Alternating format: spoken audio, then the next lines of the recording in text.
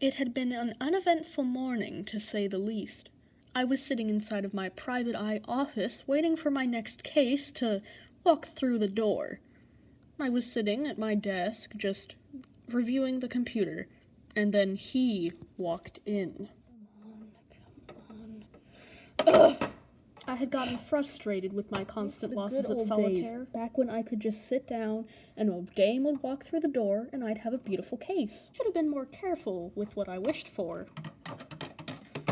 It was an out-of-breath comet tail, the stallion so ugly that every mare loved him. Being gay myself, I saw no beauty in him, and only wondered what my next case would be. You gotta help me. My wife, she's been murdered. What? Not good old horseshoes. We'd been friends for so long, we knew each other so well. The news devastated me. Never thought that out of any mare, that she would be the one to get the axe. What happened to her? How did she die? It looked like a stabbing, but I'm no expert. Come on, we have to go to the crime scene. We need to gather facts first. No, there's no time. The fact that he wouldn't let me stop and think about the case, and the fact that we got in a little dinky old car instead of walking should have set me off, but it didn't. Well, here's the place. Once we arrived, the only thing that I could think of was that my good colleague was in there, murdered. So she's... there she is. Yep, my poor wife. Who do you think could have done it? It's hard to say. There's no murder weapon, no hoof prints. There's almost nothing. Oh, man. I'll be right back. I need a moment. There she was, dead.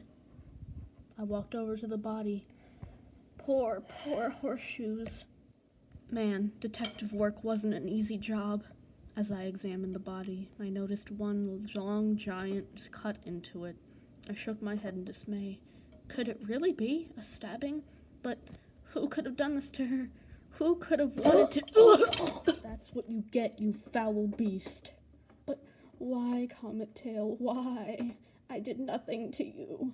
Oh, yes, you did. You and my poor horseshoes both did. I know that you were dating each other behind my back.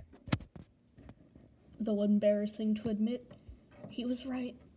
Horseshoes and I had often spent a night together, just watching movies and cuddling. We took walks through the park together, doing that thing that couples do, that hug walk. We were in love. And now I was lying on the floor next to my dead lover, about to be dead myself. Dear old Horseshoes asked me if I wanted to become polyamorous with you. That's when I killed her, because I never wanted anyone to share the loving with.